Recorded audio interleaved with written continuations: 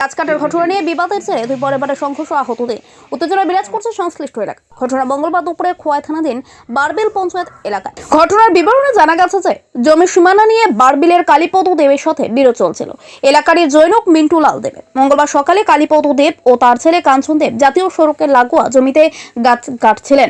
তখনই মিন্টু লাল দেবের সাথে ঝগড়া বাঁধে বিবোধমান দুই পরিবারের লোকজনদের মধ্যে। কালীপদ দেব, তার ছেলে কাঞ্চন দেব, জামাতা গৌতম রায় ও গৌতমের ভাই উত্তম রায়ের আক্রমণে মিন্টু লাল দেব বয়স 55, মিন্টু লালের ছেলে মান্না দেব বয়স 21 ও মেয়ে নীলিমা দেব বয়স 40 আহত হন বলে খবর। ঘটনাস্থলে ছুটে গেছে পুলিশ। আহতদের পুলিশের গাড়িতে করেই খোয়াই জেলা হাসপাতালে আনা হয়। তাদেরকে চিকিৎসাধীন। এই এলাকায় চাঞ্চল্য পরিবেশ সৃষ্টি হলো। এই সুয়ারি গাছ, কলা গাছ, তারপরে আমি প্রধানকে জানাইছি, প্রধান অসুস্থ, প্রধান পয়সায় দেখবো।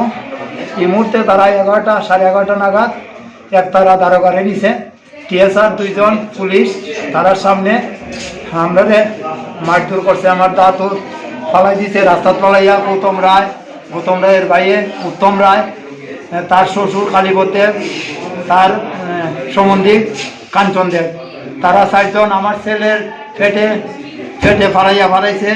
আমার স্ত্রীর ফেটে ফালাইয়া রাস্তাতে মেন রুটে রুটে ফালাইয়া মারধর করছে। আমরা 3 জন 4 জনে, তারা পুলিশ তারার সামনে পুলিশ কোনো কিছু করছে না।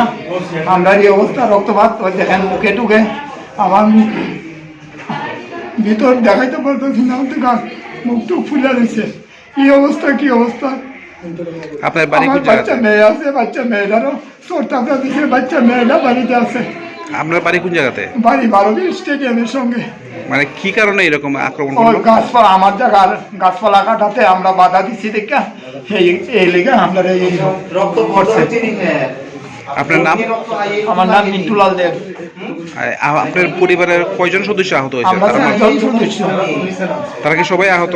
সবাই 3 জন আহত, মেয়ে আহত না, মেয়ে বাড়িতে আছে।